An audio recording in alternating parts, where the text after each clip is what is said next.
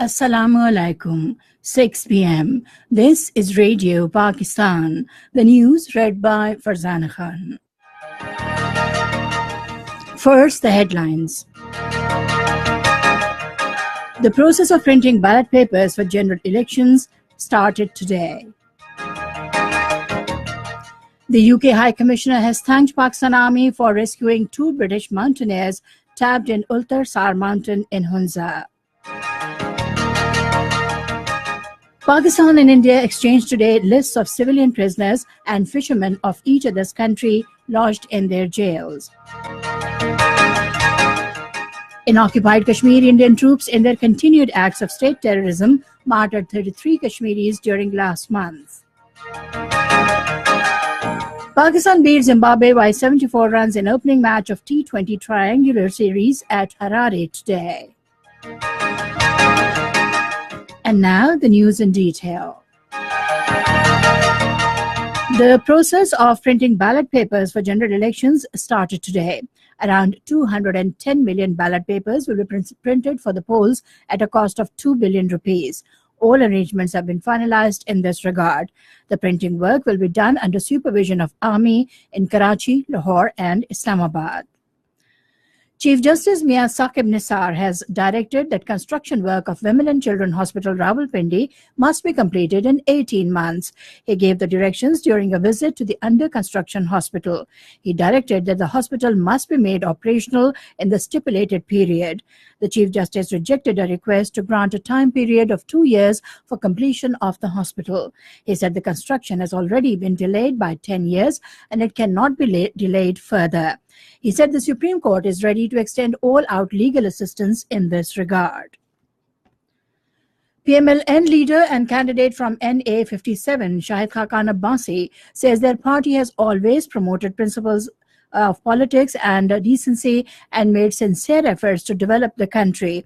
He expressed these views while inaugurating election office in Mary along with another candidate of the party from PP6, Raja Ashfaq Sarwar. Shahid Khaqan Abbasi said people are witnessing the development projects launched by PMLN government during its tenure and they will again vote PMLN to power. PTI chief Imran Khan has said his party's government in Khyber Pakhtunkhwa has established 4 hydel and 300 micro hydropower plants across the province. Addressing a press gathering in Bannu this afternoon, he said the PTI-led KP government also signed memorandum of understanding to produce 700 megawatt of power to provide cheap electricity to the people. The caretaker chief minister of the Punjab, Dr. Hassan Askari Rizvi, says a level playing field is being provided to all political parties in the general elections. In a statement in Lahore today, he said that the code of conduct given by the Election Commission of Pakistan will be implemented in letter and spirit in order to ensure free, fair and transparent elections. The chief minister said that it is incumbent upon all the political parties, their candidates and independents to fully abide by the code of conduct of the ECP. Under Talent Corridor Scheme, CPEC Cultural Communication Center will offer scholarships to 1,000 Pakistani students for 1-year vocational training. Director General of the Cultural Communication Center, Echo Lee, said the students will be taught outer space and high-speed train technology in the first level of the program. In the middle level, they will be imparted training in hydropower and solar energy engineering. The students for the lowest level will get training in operating different machines.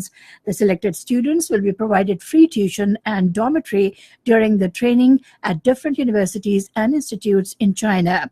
The training will start from November this year. Pakistan Army has rescued 2 foreign mountaineers who were stuck in Ultar Sar Mountain in Hamza. According to ISPR, 2 British members of an alpinist team were trapped at a height of 19,000 feet who were evacuated by military helicopters. An Austrian, Christian Huber, was killed and 2 others sustained injuries after their tent was hit by an avalanche yesterday.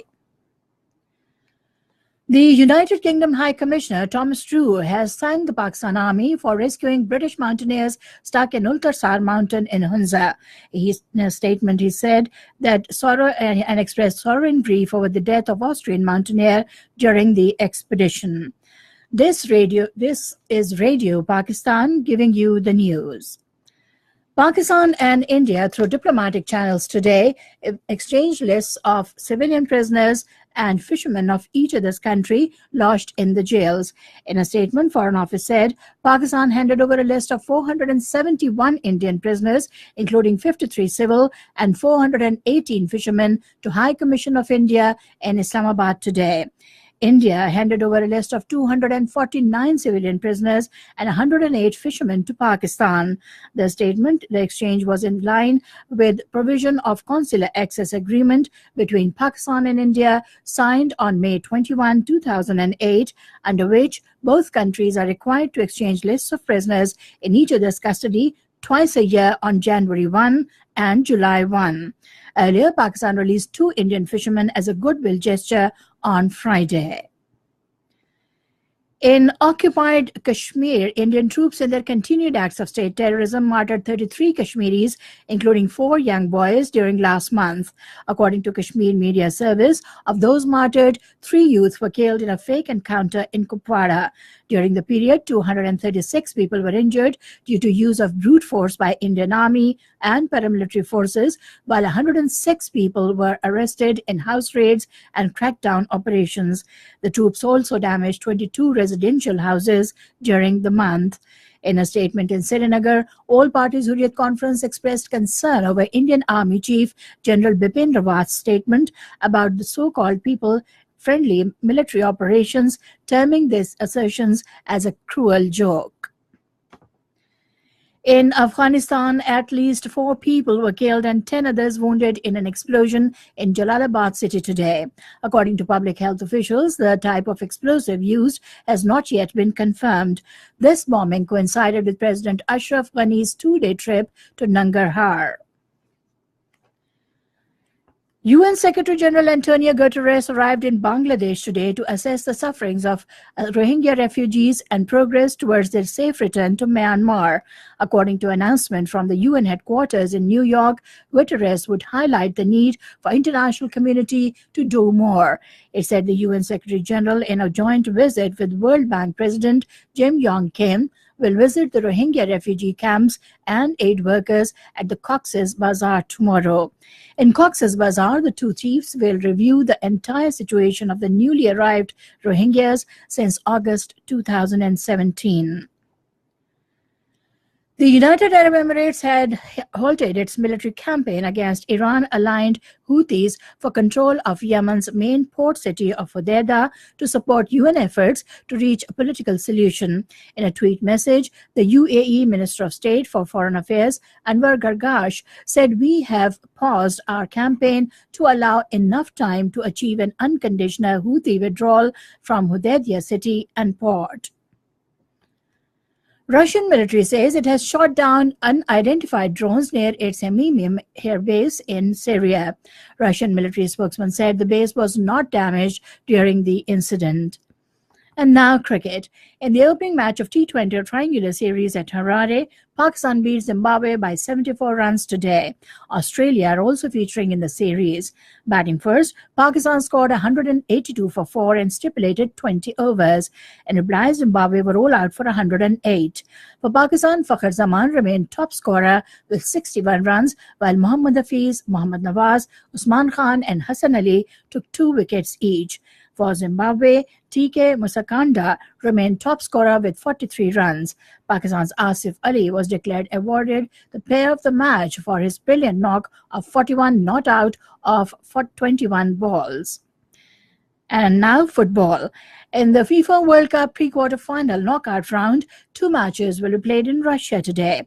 In the first match, Spain will take on Russia at 7 p.m. Pakistan Standard Time, while in the second match, Croatia will play against Denmark at 11 p.m. Pakistan Standard Time.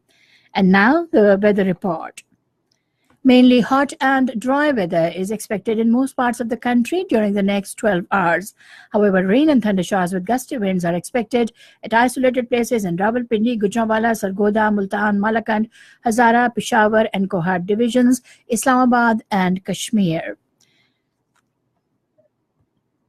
To end the news, the headlines once again. The process of printing ballot papers for general elections started today. The UK High Commissioner has thanked Pakistan Army for rescuing 2 British mountaineers trapped in Ultar Sar mountain in Hunza. And that is the end of the news. For more news and analyses, log on to our website radio.gov.pk.